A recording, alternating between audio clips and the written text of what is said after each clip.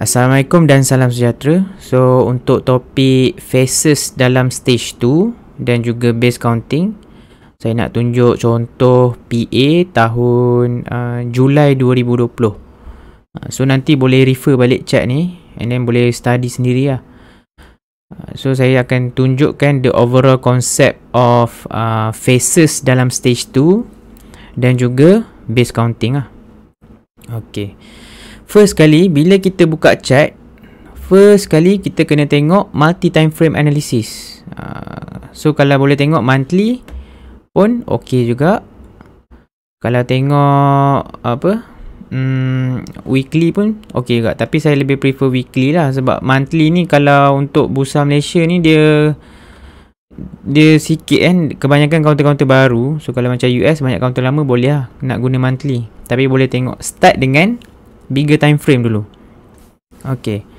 First kali yang saya cakap kena ada traditional pattern. Ingat tak saya cakap kena ada traditional pattern. Okay. Kita tengok 5 tahun ni kan. Kita boleh tekan 5 tahun kan. So saya akan tekan 5 tahun. So kita tahu resistance 5 tahun dia adalah dekat sini. Okay. Dekat sini. Alright.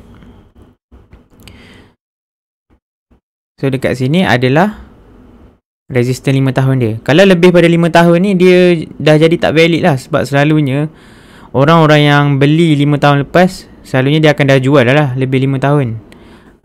Itu dia punya psikologi dia. So kalau tengok dari segi weekly, okay, kita padamkan moving average ni. Nampak tak dia berbentuk rounding macam ni, bentuk reversal. Selalunya dia memang bentuk macam tu, dia bentuk rounding. So kat sini kita tahu adalah phase 1. Okay, ni phase 1 bentuk reversal pattern ataupun saya cakap ada traditional pattern, iaitu flat base ataupun double bottom ataupun cup and handle, sausage handle. Selalunya dia bentuk rounding macam ni lah. Okay, tu phase 1. Alright, so kita buka daily. Okay, kita buka daily and then kita buka moving average. Okay, kita dah buka. Sini kita nampak stage 1. Bila dia nak forming reversal pattern ni, kita akan nampak dia bentuk, dia dah masuk stage 2 kat macam ni, tapi dia slow rising. So kita nampak kat sini bentuk ini cup, ini handle. And then cup and handle ni dia punya fundamental behind the pattern is basically dia kat sini correction dia, kat sini dia dah contract dia punya volatility dia dah contract. So apa function volatility contraction ni? Sebab maksudnya seller dah exhaustion, seller dah lemah.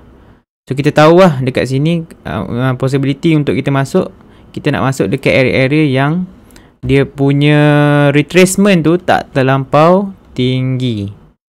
10 ke 35% is acceptable lah. Alright.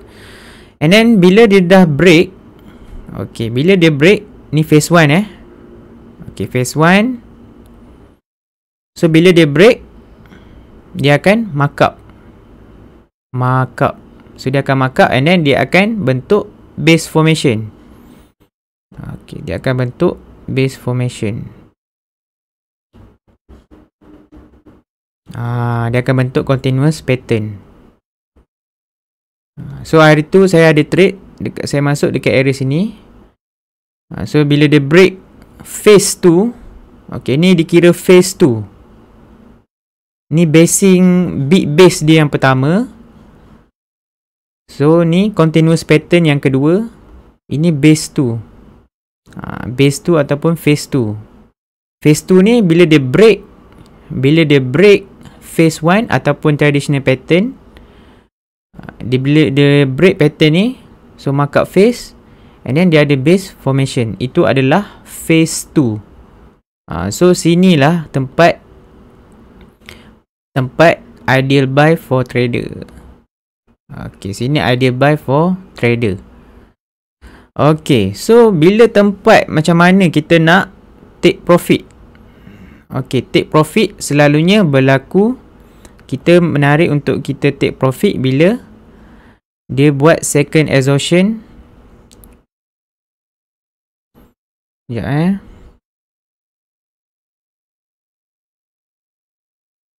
selalunya second exhaustion. So ni first exhaustion. Ni first exhaustion.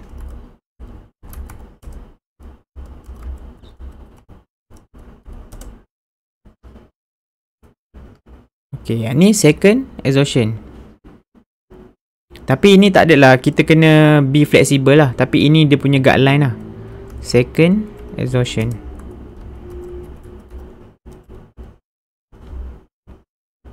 Okay, so bila kita nak take profit adalah first exhaustion, second exhaustion selepas break phase 2.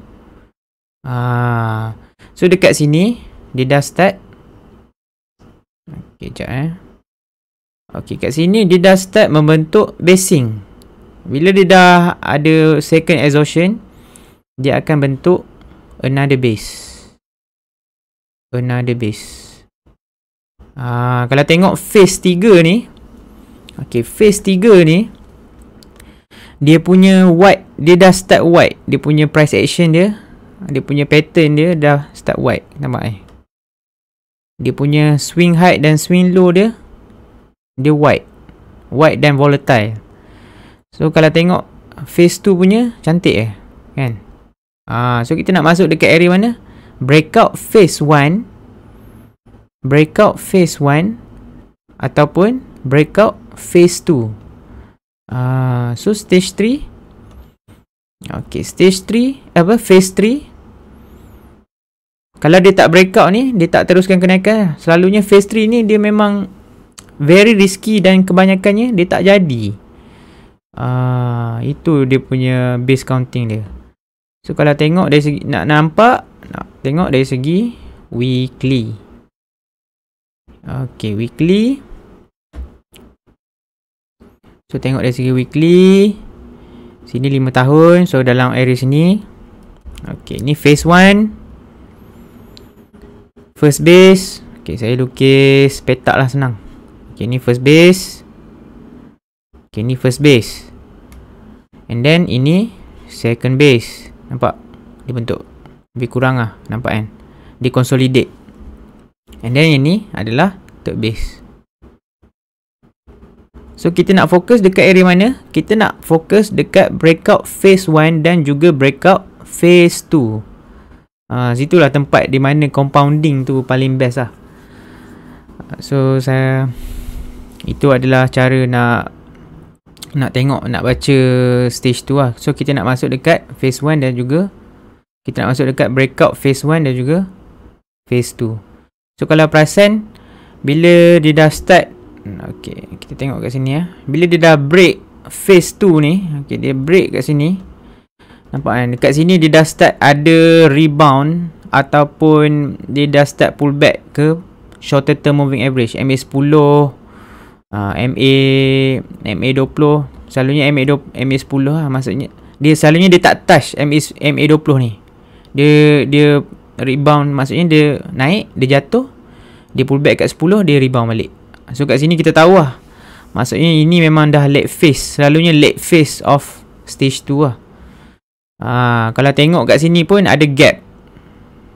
Siapa baca textbook, dia akan tahu lah sini exhaustion gap. Maksudnya kita tahu sini dah exhausted gap. So kat sini dah first punya ni, first exhaustion. Sini dah second exhaustion.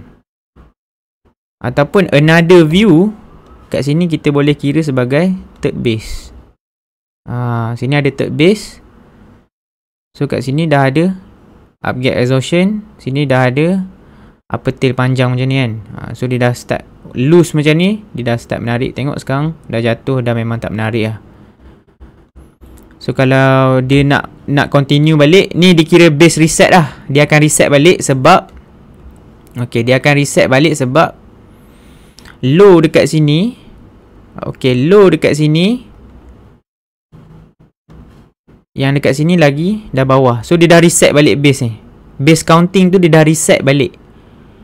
Tapi confirmation dia untuk dia teruskan kenaikan, dia kena break this resistance. So kalau dia break kat sini, alright, PA kalau dia break dekat sini, sekejap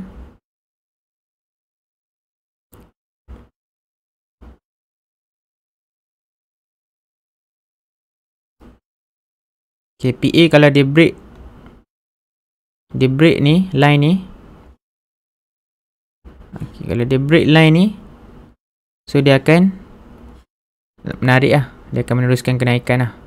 Ini diconsider sebagai continuous pattern lah. So kita just follow trend lah. Kita follow trend, kita tak predict, kita just follow trend. Apa yang price action cuba nak bagi tahu kita, kita just follow. Itu adalah contoh macam mana nak buat base counting dan juga phase dalam stage 2. So kita nak fokus dekat breakout phase 1. Okay, breakout phase 1 selalunya dia akan, okay, breakout phase 1. So untuk membentuk phase 1 ni dia akan ada, sekejap untuk breakout, bila dia dah masuk stage 2 ni, okay, selalunya dia akan ada kenaikan yang slow rising stage 2. So bila masuk phase 2, phase 2 ni maksudnya dah start markup. Bila dah ada markup, and then dia bentuk second base ataupun first base continuous pattern. So kita nak fokus dekat breakout phase 1 dan juga breakout phase 2. So slow hadamkan. So try hadamkan and then practice, tengok balik macam mana dari segi pattern semua. So kalau ada apa-apa tak faham, boleh tanya. So first kali kena tengok base counting ni, kena tengok dari segi weekly lah. First kali dia break reversal pattern, and then dia membentuk continuous pattern ataupun phase 2. So kita nak beli dekat breakout phase 2 dan phase 1. So phase 3 ni dah lambat. Selalunya dia dah start loose, dah start white and loose pattern. Selalunya memang nak jadi tu very risky lah, sebab dah memang obvious lah, dah naik dah banyak dah. So kalau tengok dekat sini dah naik around, daripada first breakout ni dah naik around 145%. So itu saja untuk perkongsian phases dalam stage 2 dan juga contoh base counting. Boleh try practice, so lama-lama akan faham lah. That's all for me. Thank you so much. Assalamualaikum.